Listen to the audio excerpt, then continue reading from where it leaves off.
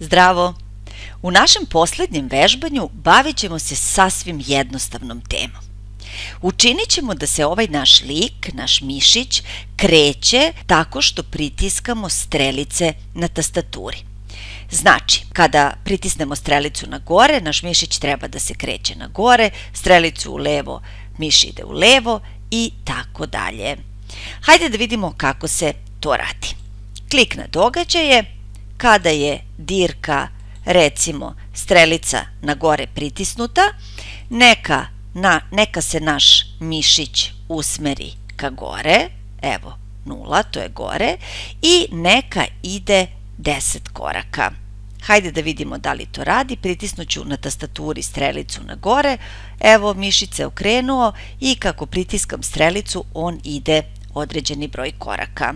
Jasno ti je da ne moramo ponovo da slažemo skripte, desni klik, idemo na umnoži, ovoga puta izabrat ćemo da je pritisnuta dirka strelica dole, usmeri se prema dole, opet ćemo da umnožimo ove skripte, izabrat ćemo strelica desno, usmeri se prema desno i četvrta tura kaže strelica levo i usmeri se levo. I sada ćemo pritiskati ove strelica levo, strelica na dole, strelica desno, strelica na gore.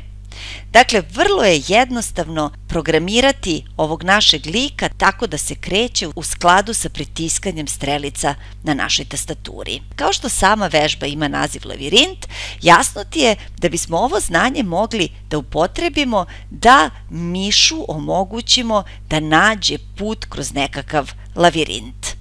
Prvo ćemo da pređemo na pozornicu i izabrat ćemo pozadinu koja se zove lavirint. Evo nam je pozadina. Vratit ćemo se na lika.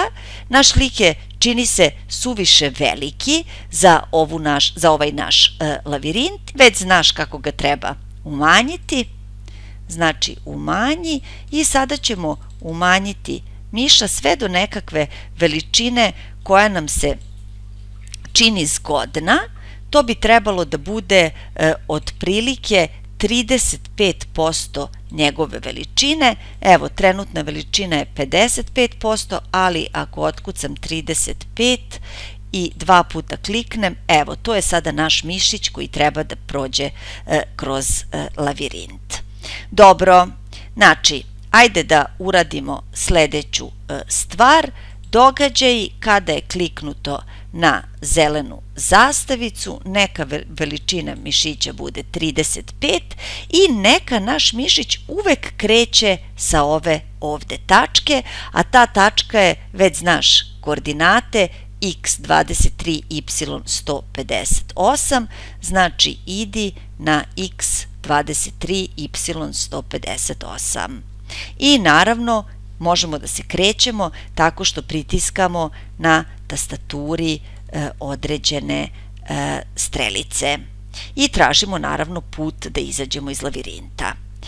Kao što sada vidiš, miš sasvim slobodno prelazi preko zidova lavirinta. Šta bi trebalo da uradimo pa da obezbedimo da miš ovo ne može da čini? Šta misliš? Morali bismo da se obezbedimo da kada miš dodirne zid našeg lavirinta, bude vraćen na početnu poziciju. Šta je zid lavirinta? Kako miš prepoznaje zid lavirinta? Pa definitivno ćemo morati da se oslonimo na boju. Kada miš dodirne crnu boju, on mora da se vrati na početni položaj. Hajde da vidimo kako ćemo to da uradimo. Idemo na upravljanje. Ako je, pa hajde da vidimo sada osjećaje. Pomerit ću ove blokove da ne smetaju. Kada je kliknuto na zelenu zastavicu, dakle, ako naš mišić dodiruje koju boju, kliknuću u ovaj prostor, a onda dodirnuti sam zid lavirinta, vidiš da se boja pretvorila u crnu. Dakle, ako mišić dodiruje ovu boju, onda treba da ga vratimo na onaj početni položaj, a početni položaj je bio x23 y minus 158. Da vidimo kako program funkcioniše. Hajde sada da pomerimo miša. Pa ništa se ne dešava. Šta misliš, zbog čega je ovo? U čemu je greška? Teško pitanje, zar ne? Problem je u tome što se miš samo jednom zapitao da li dodirujem crnu boju. Dakle, u našem programu miš stalno treba da se pita da li dodirujem crnu boju, da li dodirujem crnu boju i treba to da ponavlja sve dok ne stigne na sam izlaz lavirinta. Hajde da vidimo kako će to funkcionisati. Idemo na početak, hajde sada, opala, miš se vraća, uvek se vraća. Ono što definitivno vidimo jeste da miš ostaje usmeren na stranu u kojoj se kretao. Znači, na početku našeg programa moramo da obezbedimo da naš miš, kada se vrati na početni položaj, bude usmeren na gore, da bi lepo krenuo da traži izlaz lavirinta.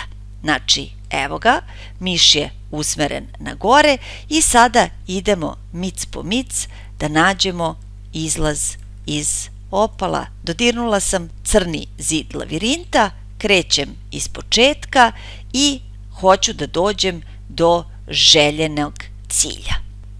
Ono što sigurno znamo jeste da je vrednost y koordinate na vrhu naše pozornice 180, pa možemo da kažemo da je ovaj program završen u trenutku kada je koordinata y zapravo jednaka 180. Idemo na operacije, stavljamo operator veće i kažemo, dakle, da je vrednost, odnosno mesto y kada je veće od 180, tada treba program da se zaustavi.